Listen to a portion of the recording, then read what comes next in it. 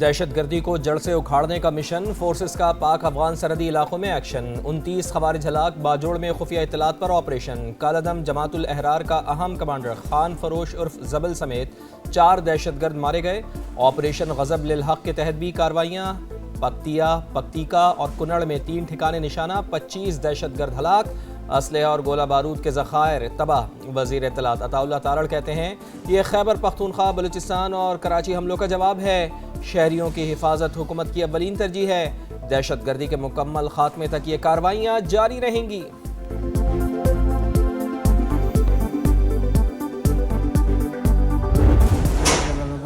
عثمان علی وما جماعت الاحرار سره هغه احرار مولوی سے نومیدو دین استاد عمر کری سے نومیدو څلور کس راغلی ما سره زمانه علاوه درې نور کسانو، یو عبدالهادي، یو چې دی هغه جانان نومیدو، او یو چې دی عمر فاروق نومیدو. د افغانستان کې جو ټول هغه راکړه تربیت راکړه، ټول لکان به دې پوهېدل، بس موږ ته خالي جیکټ راوړو، موزي پکې سری پوه. کراچی میں رینجر سے کیمپ پر حملے میں ملوث گرفتار دہشت گرد افغان شہری نکلا۔ منصوبہ بندی افغانستان میں ہوئی، خود کو جیکٹ اور دیگر ٹریننگ عمر قاری نے دی۔ گرفتار دہشت گرد عثمان کا اعتراف، بتایا تعلق جماعت الاحرار سے ہے۔ کمانڈر کا نام احرار مولوی ہے۔ حملے کے لیے 7 دن پہلے جلال آباد سے آیا، 3 ساتھی بھی ہمراہ تھے۔ کراچی آنے سے پہلے ہمارے لیے افغانستان سے سب انتظامات ہو گئے تھے، زیر تعمیر بلڈنگ میں مقیم رہے۔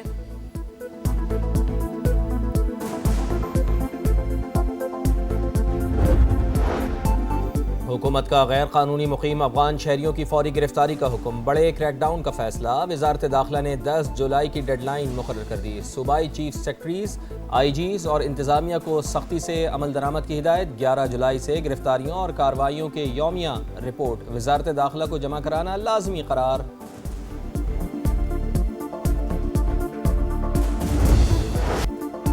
امریکہ اور ایران کا ایک دوسرے پر حملے روکنے پر اتفاق۔ امریکی اور ایرانی حکام کی منگل کو دوحہ میں اہم ملاقات متوقع ہے۔ امریکی میڈیا کے مطابق آبنہ ہرمز کے تنازع پر مذاکرات ہوں گے۔ اس دوران عالمی گزرگاہ کھلی رہے گی، آمد و رفت کی اجازت ہوگی۔ امریکی اور ایرانی فوج کے درمیان ہاٹ لائن تاحال فعال نہیں ہو سکی۔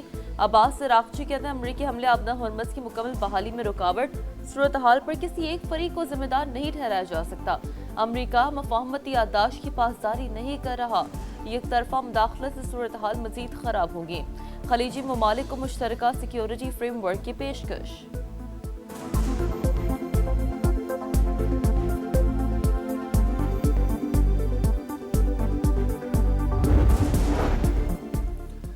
پاکستان کا فریقین پر جنگ بندی معاہدے کی پاسداری پر زور۔ اسلام آباد ایم یو کے تحت خطے میں امن کے فروغ کے لیے کوششیں جاری رکھنے کے عزم کا اعادہ۔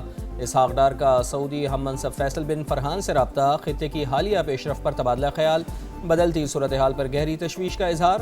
نائب وزیر اعظم کے بحرین کے وزیر خارجہ اور یورپی یونین کے نائب صدر سے رابطے۔ اسلام آباد میمورنڈم پر دستخط کے بعد کی صورتحال پر تبادلہ خیال۔ یورپی یونین کا جنگ بندی کی حالیہ خلاف ورزیوں پر تحفظات کا اظہار۔ قیام امن کے لیے پاکستان کی مخلصانہ کوششوں کو سراہا۔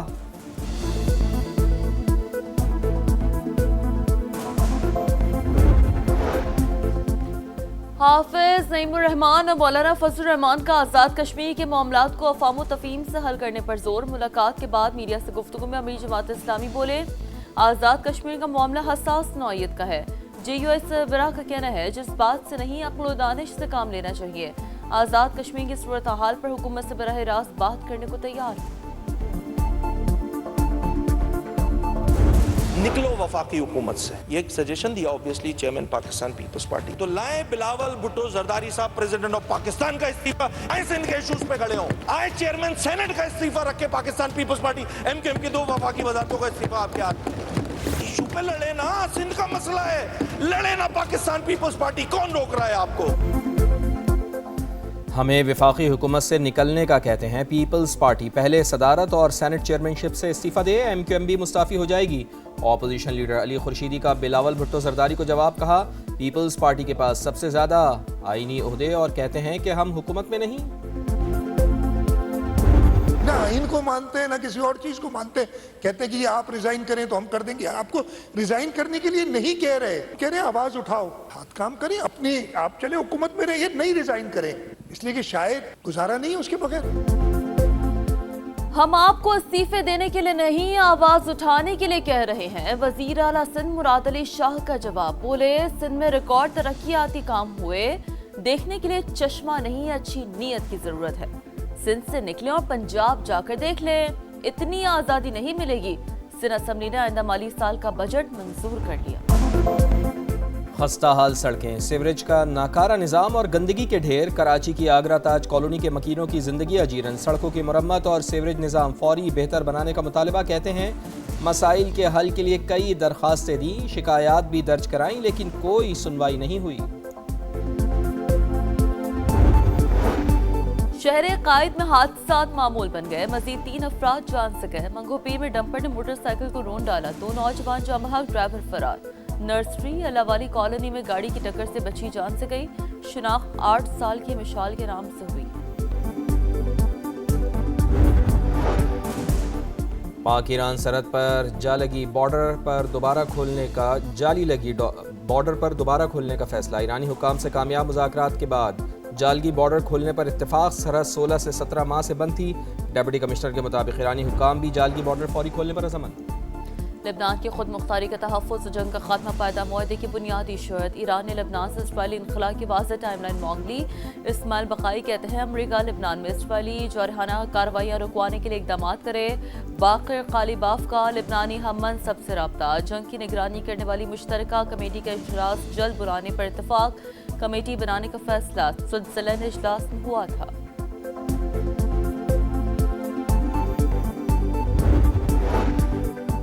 دہشت گرد اور ہٹ دھرم اسرائیل امن کا دشمن، صہیونی فوج کا فلسطین پر ایک اور حملہ۔ حماس کے نیول کمانڈر منصور سمیع محمود کو 2 ساتھیوں سمیت شہید کرنے کا دعویٰ۔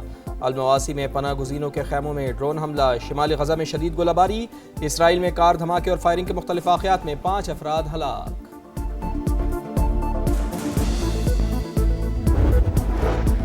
وینزویلا میں زلزلے کے بعد ہر طرف تباہی ہی تباہی، امدادی سرگرمیاں جاری۔ 9 ماہ کے بچے اور 11 سال کے لڑکے کو 4 روز بعد ملبے سے زندہ نکالا گیا۔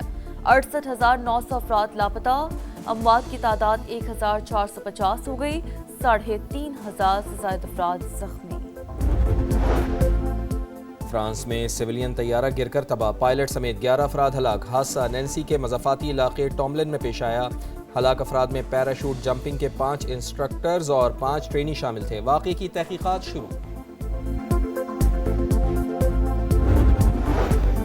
روس نے یوکرین کی طویل فاصلے تک حملے روکنے کی تجویز مسترد کر دی۔ صدر پیوٹن کہتے ہیں یوکرین کی تجویز فوجی اہداف سے توجہ ہٹانے کی کوشش ہے، روس کا کیف حکومت کو بچانے کا کوئی ارادہ نہیں۔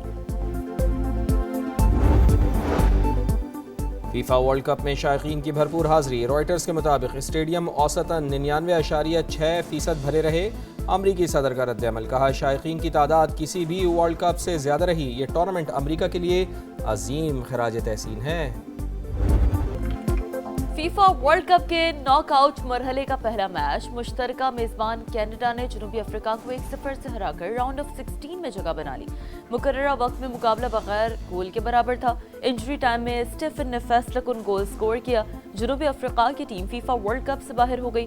آج رات 10 بجے برازیل اور جاپان ٹکرائیں گے۔